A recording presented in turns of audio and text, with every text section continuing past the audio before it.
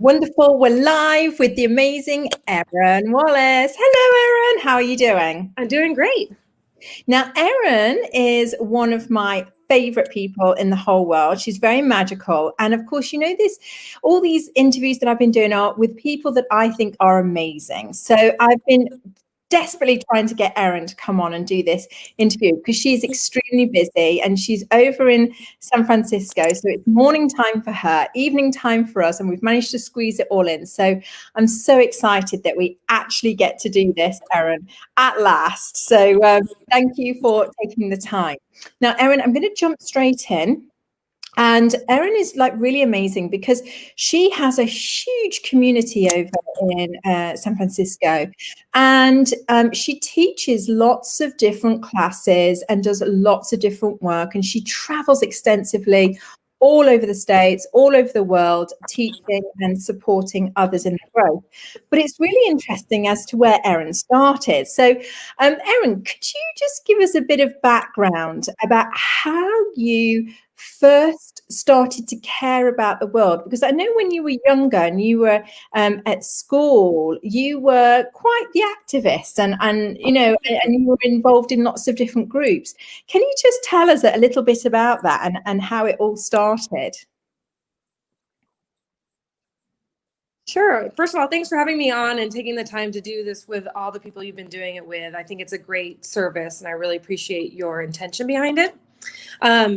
I was an activist in high school. People called, my nickname was Earth First, and I was most like opposite. I was voted most likely to drive a Cadillac and club baby seals, opposite. So and I was on the cover of a couple magazines. I was pretty passionate. I was about I think in 6th grade, and I did a report on the ozone layer, and I started to get really upset about what was happening with. I started looking outside myself and looking at the world and thinking, oh my gosh, this is where the garbage goes.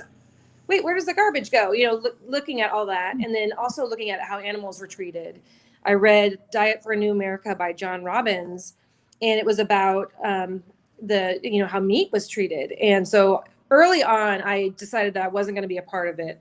And I joined many groups, Youth for Environmental Action, I founded, and we did an Earth Day festival, but I was also kind of angry. And so I learned a lot at an early age that, I was kind of like an activist, but I was like more like with a fist. And it sort of turned off the people that weren't on my cause. And the people who agreed with me. The people on the middle of the road were probably turned off. And then the people who were opposite me got even more turned off. So I learned a lot about how not to do things early age. I love that. And that's a really interesting point because we can see that in the world, in our society. A lot of the time, people really want to do good things, but perhaps they do it with such passion, or like you say, maybe that turns into anger, and then it really puts people off. So how did you change that? What did you start to do?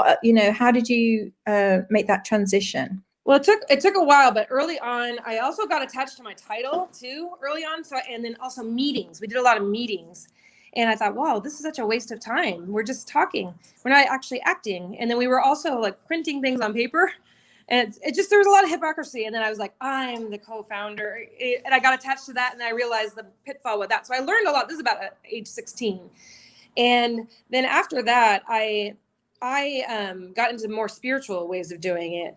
And it's still at edge. I mean, definitely this part of me is still there a little bit, as anybody who knows me sees that I still struggle with it. I'm still grappling with finding a more way of doing it. I guess I went to college. I was still an activist. I had like a traumatic experience, and I got depressed, and I started creating like a negative cycle of myself. And so my thoughts were negative, and then I had negative experiences, and then those brought more negative, and then more reasons to be upset. And then I went back to my mom's house, and she had a book on metaphysics on how your thoughts create the reality. And so that's when I really started getting into like metaphysics and doing it a different way. And so I practiced it. It talked about how your thoughts actually, manifest. And so I started doing it, and it started getting better. my life started getting better and I started having more reasons to be happy. And so that's one of the reasons I really want to help people, is because I had that kind of grace in my life. Like I could have gone down a really negative path, and a lot of people don't have anybody to stop them from going into this negative spiral and then creating negative things. I'm not really answering your original question, but I'm sort of flowing. Yeah. Yeah, that's really interesting, because at some point that you transitioned and you realized that you could be the master of your external world by controlling your internal world. So that hermetic principle of as within, so without. You learned that at a really young age. So you've learned this at quite a young age. I mean, I would say that is a tremendous revelation at such a young age. Most people don't, we struggle to get to that, kind of understanding. And so how did you then, so you're thinking about the environment and you're wanting to help the environment and animals. And obviously then you started to help people. How did that come about? Okay. Well, I did, well, first I needed to help myself. For me, I was pretty broken. I mean, I'm very confident and happy and everything's going well now, but I really attribute it to the mystery school. Most of my healing happened with the mystery school, but until I found it, I did need to do a bunch of healing to even kind of earn the right, I thought, to find the mystery school and be able to handle the power of it. I did a lot of kind of metaphysical things. And then I also learned the body work. So I got into my body and was able to be present because I was dissociating quite a bit. And then I found the mystery school. And when I found the mystery school, I cried. First of all, I was pissed that I hadn't found it earlier, because I had been looking for it. And when I found it, I was like, oh, I didn't even need to look it up online. The guy who activated my DNA, I just was like, he is home and to me. And I don't have any doubt about this path. Like it was November of 2004. And he says, oh, when you go to the mystery school, because I asked him right away, where do I go to learn the DNA activation? Because clairvoyant, when I was 18, told me I was going to help people activate their DNA. And so when I saw this guy and did the talk on it, I was like, okay, finally I'm going to do it. And he says, well, that's in August. And this was November of 2004. And I was like, oh, I know exactly what I'm going to do next. I didn't even know I needed to get initiated or do the prerequisites. I just went. And when I went to Healers Academy, at that time it was in Utah. Oh my God, we sat in there. I just started crying, like the holy energy. I'd done so many other paths that were more like New Age based. And so I'm grateful because they kept me busy while I was waiting for the mystery school. But the holiness, I just cried and I just thought, I'm home. I've made it. This is pure. I had done a lot of dabbling in other things, so I really could know it. I didn't have any doubt because I had done other things. And a lot of people come and they do have doubt because maybe they've been burnt before. But for me, it just was like, oh, I'm home and I haven't looked back. So what I learned with the mystery school is that, going back to your original question, is yes, this is true activism to me. Because you're taking a good person and you're activating their gifts. So that's number one, is our life activation session. And then they come into the Empower Thyself initiation and they get a kit of light protection that they can put around themselves, their home and themselves. When they're walking around, they can call in angels. And so you're taking a really good person with a good heart and helping them get 10 times the power, because the initiation gives that, putting them aligned with the will of God, and then giving them empowerment so that they can take care of themselves. I actually usually don't even do that many healings on people before. I would rather not. I'd rather just activate them, get them initiated so that they are good with themselves. They're not relying on me for anything. And then they're good. They've got tools. And then they come back and we do the fine tuning after that. But the reason why I feel like this is so worthy of my time, because really I did come down fighting. I came down ready to fight. Like I saw the world and I thought, no, this is not the way we do it. This is not where I'm from. We don't do it this way. We don't eat animals. We don't pollute. I don't know what they're doing here, but I'm not a part of this. And so I was wanted to change it. So if you take a person, and the hermetic principle that you're talking about is your thoughts create the world. If you take a good person and get them and give them tools so that they can get their own thoughts, like aligned and clear and clean, and then they're not putting pollution out in the world, then that's when all the problems are going to be solved. So, a lot of people in California are worried about straws, straws going there. I use that as a joke because it just seems kind of silly. Like, that's the main thing some people focus on is like, okay, there's plastic in the ocean. Well, no. Let's focus on the person, like the person who's creating the thoughts that are creating the pollution. And so that's why what I'm doing. And that's why I really like this lineage, because I feel like it's directed at a very quick change to the core, to the root of the problem. So this is I kind of see it as my activism. Yeah, now this is interesting because we have a lot of angry teenagers out there, a lot of the younger generation, and they're thinking exactly like that. As you know, I work with a lot of children, and they're thinking like you, Erin, is that, what is this? Why do we have to do things in a different way? And what, why do we have to do it in this way? And we're cruel, we have the cruelty, and we have the, people just don't care about themselves. And then if they don't care about themselves, they don't care about their environment or what they're doing. So it's interesting because if we can support them and give them these tools early on, then they can take that anger like you did, and then they can set it aside, and then they can actually train themselves and their thoughts to then align, as you say, with the will of God, with the will of universe, with the will of nature. And then we're not going to have the straws, and then we're not going to have all of these things, so I love that approach. I really love that approach, is let's look at us first, because this is where everything is mainly stemming from. And there's a lot of people struggling out there. Now, Erin, as well as this, I know that you teach Kabbalah. And this is a good subject for people out there, Kabbalah. But what I wanted to know is really why you chose to be a Kabbalah teacher. Because, in the mystery school, of course, you're a guide and you teach Empower Thyself and all of the amazing healings and lots of different classes that you teach. But why Kabbalah? Why is it so important that we have Kabbalah? Okay, Kabbalah is hugely important, and I'm so glad that there's more people teaching it or apprenticing to teach it now.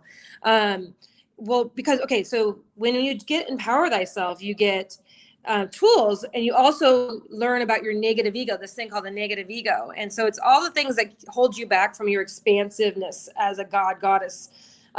We remind you that you are divine. You're like this eternal being, but what barriers are you putting on yourself that that aren't even true? They have nothing to do with what's going on right now in the present.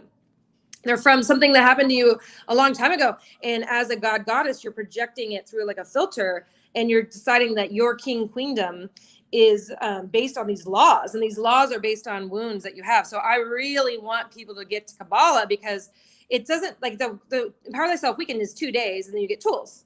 But the Kabbalah, the process that we do is you actually ascend up the tree of life in a 10-month process with other people, about usually like 30 to 40 people. And so it's kind of a mirror. They're also a mirror of what's going on with you, but it's all about, it's almost like holographically rooting out these subconscious patternings, this negative ego, and so that you can see it.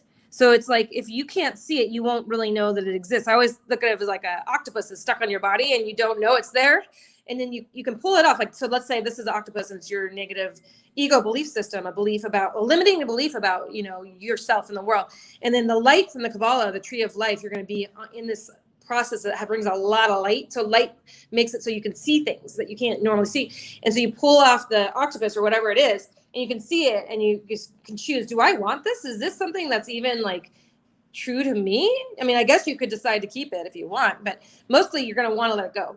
And then when you let it go, then there's room for light to come in, which is your God-given gifts and like your ability to use them. So the main thing is we all are, each have a very important mission on this planet, and we don't really want to waste time. And you can get a lot more done, and you can find your mission a lot quicker when you just kind of clean off the subconscious patterning. So the beginning of the tree of life is about cleaning that off, but then the end is about being one with your God self and letting go of all the things that, like, masks and things that you have that hold you back from just being free in the world.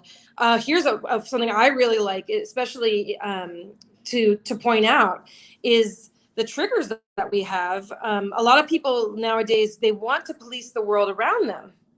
You know, we always do. Like, I guess we do in our own little microcosm too. You know, you kind of want to control things when you don't know that you're the one at cause. But so a lot of people will get offended by things, so that they're policing, like, don't say this, don't say that, or else I'm going to have this reaction. Well, that's not true freedom. I mean, that's going to take a lot of policing. The world is really not going to decide to go with what your rules are. And so what you can do is you can find why it hurts you so bad. And the Kabbalah helps you with that too, like clearing out the hooks. And then when you don't have any hooks, then you can walk through the world completely free. Like, somebody could say anything to you and you just it doesn't even faze you. And then guess what? You have that energy to create your queendom or kingdom, or like, what is it that you want to create? Like, you're on earth right now. You're in a body. Like, what do you want to do?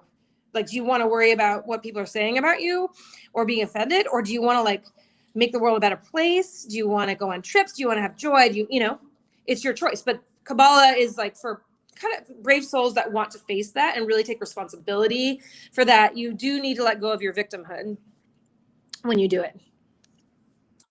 I love that explanation, and I love that. It's so funny, isn't it? Because we often see, and we've all been there, that we worry about, oh my goodness, we replay that old thing that we've done a million times, or somebody said something, or should I have done it this way? Should I have done it that way? You know, all of these triggers, and it's just such wasted energy, isn't it? It's just, and then of course the sad thing is that then we let it happen again and again and again. But then in Kabbalah, as you say, it's that being released, and that is the true freedom. I love that, how you explain that. This is the true freedom.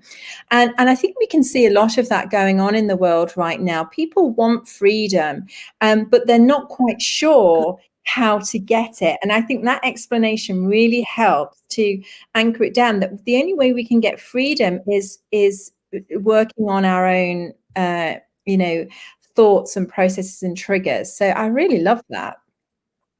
Yeah, that's the good news, is that you can actually change your world by changing your inner world. Like, how you treat yourself and how you take care of your inner child and your own self is how everybody else is going to treat you.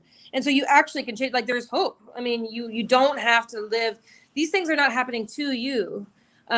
You can change it. You can definitely change it. Believe me, I used to be very uncomfortable all in my skin all the time.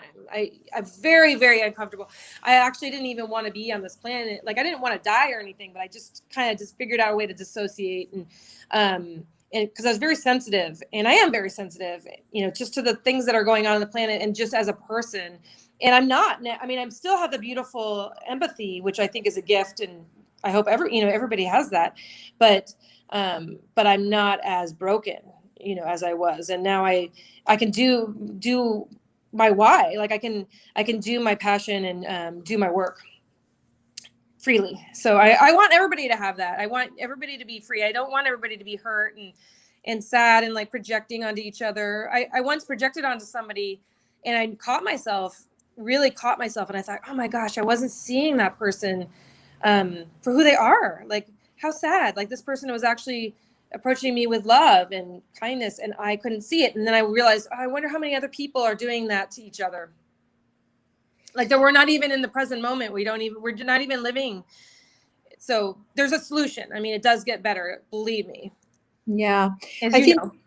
I think this is wonderful to hear, for people out there to hear, because this, as we know, with COVID and all of the different things, no matter what stance we've got on whether we like vaccines or we like masks or we don't, or whatever it is, everything is changing, and everything is very stressful out there right now, and for everybody. And I really love that there is a path and there's a way to support people, like you say, that you can be free and you can find joy and you can, have that support system. So there is hope. So I love that. And Erin, I wanted to talk to you also. Of course, some people might know that you and I like to go on magical adventures. Yeah. We like to hop into a four-wheel drive and drive up to the top of a very high mountain in Hawaii or whatever we're doing. So can you tell us about the importance? What do you think the importance of keeping the magic alive in people's lives, working with elementals and such like? Yeah, I'd love to talk about that. Thanks. I'm so glad that got included in this, that flowed into this. I am very passionate about the magical beings. And I know at one point I got flack from people. They're like, oh, what world are you living in? You're talking about dragons and unicorns and gnomes. And I thought, oh my gosh, how sad that they're not living in reality. Like, I actually honestly think that it's very real. That's so real that if you don't believe it, I'm not judging you, but I just do feel like it's a limited experience. And so I come from the stance that these beings are my friends, and they're my friends and they're real. And I would love it if they would feel safe enough to come back with us, because variety is the spice of life. Like, don't you think? Like, I wish that they felt comfortable, because then we could go around and hang out with all these beings. But yeah, you can still, they do exist. The elves, the fairies, the dragons, the unicorns, they all do exist. It's you just need to start to have a relationship with them. And if you want, I mean, it's like what your inner child always knew. And all the different cultures know. Did everybody just have some mass like insanity? And like in China, they decided there's a dragon, and in Britain, they decided there was a dragon, or all over the place there's mermaids. Like, are we just crazy, or is there something to it? I definitely know that they're real, and I feel like there's so much more. Again, here we are on Earth. We're here in this beautiful place. Why not just really sink into it and make it a multidimensional experience? And so we do have classes, actually. I'm apprenticing in Elven and Fairy Magic and Dragon Magic. We're going to set the dates. I'm going to announce the dates pretty soon for California that's coming. But we offer rituals that you could do to connect with these beings. Yeah.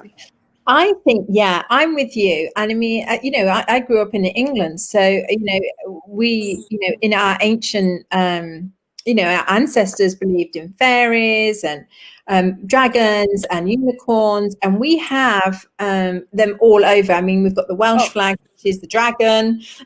Anywhere you walk in London, you've got dragons and unicorn pictures. I mean, it's everywhere.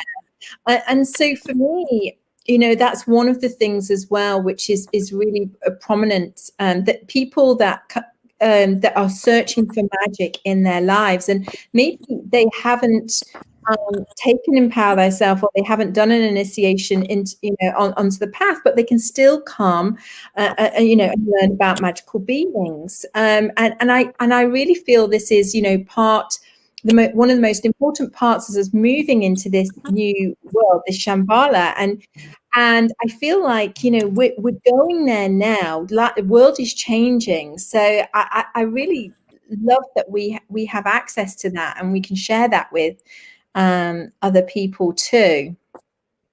It's like we've got everything you could possibly want. Like, I just don't. It's just the coolest class. You take Empower Thyself and you learn, oh my gosh, fairies and elves are real. All the things that you find out. And yeah, you totally live in Middle Earth, by the way. Like, it's, England is amazing. I mean, the story that she was talking about is we climbed Snowdonia, mountain, and I feel, isn't it like a dragon? It's like you're walking on a dragon. It's so intense. The energies are so intense there. But yeah, I mean, I think life is meant to be multidimensional, and you don't have to believe everything. I mean, just take your time with it. It's okay. We all got programmed in different ways, and you don't have to jump in and be into everything that we offer right away. I mean, it takes some people time. Some people, it took many, many years to accept it. But it's there.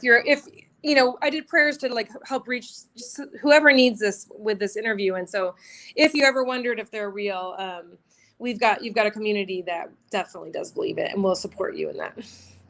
Yeah, and I think it's really important as well for the younger generation, because the elementals, they keep the magic alive, and when we have that, we have hope.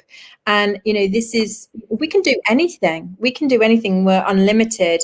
and then we have access to all of this, this magic around us. It's pretty cool.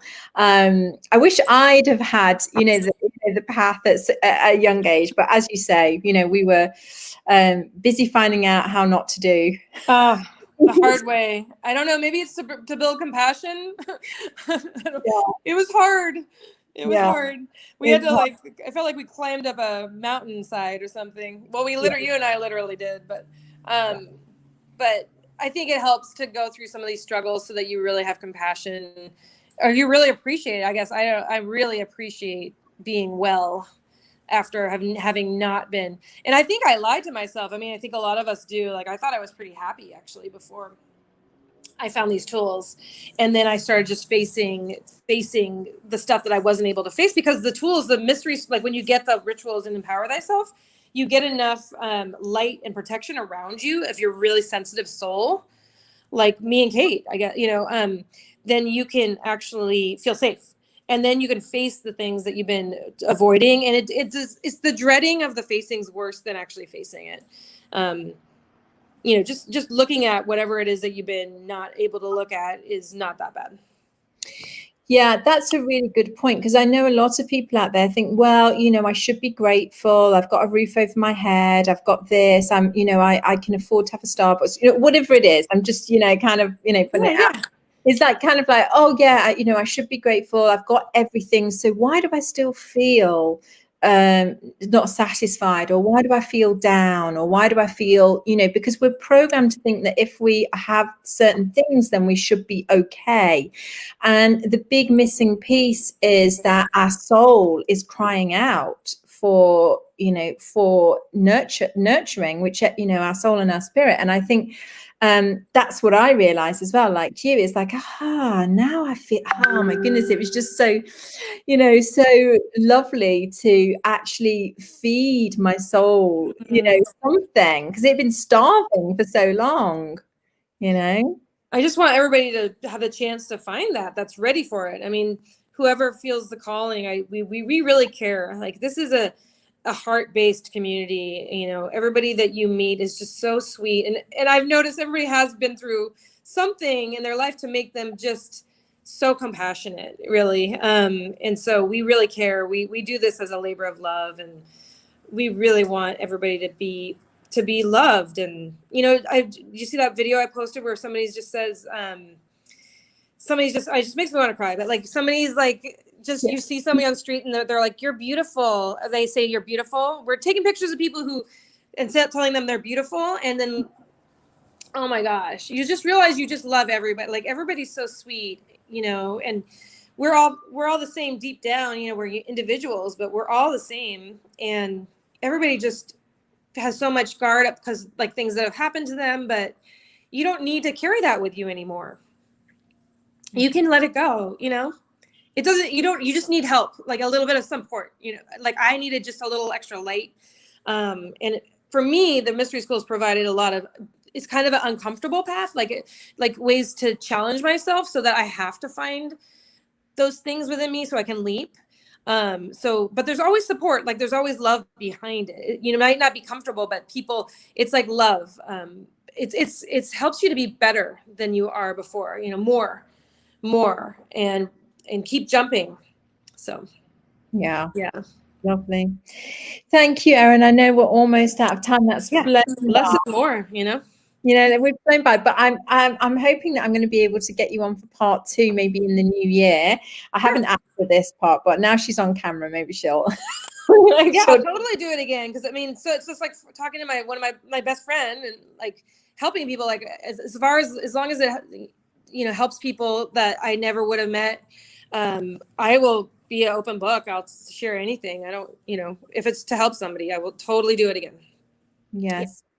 I know it will have reached people out there that need to, hear all of these different things. I know a lot of people are struggling out there. Now, Erin, would I be able to post your website in the comment box and how people can reach you?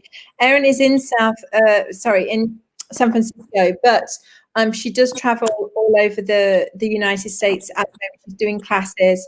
etc., etc. I know she gets really busy, but if you want to go to one of her magic classes or you want to get in touch with her, then drop her a line, and she'll happily let you know what's going on. I'm very responsive. I respond to people. I always take the time to respond. Don't ever assume that I'm too busy or anything like that. Yeah. Thank you, Erin. Thank you. Well, thank you so much, Erin, and thank you. Thank you for sharing, and we'll see you again soon. And thank you everybody for watching, and we'll see you all again soon. Have a great Kabbalah retreat. Thanks. Okay, bye.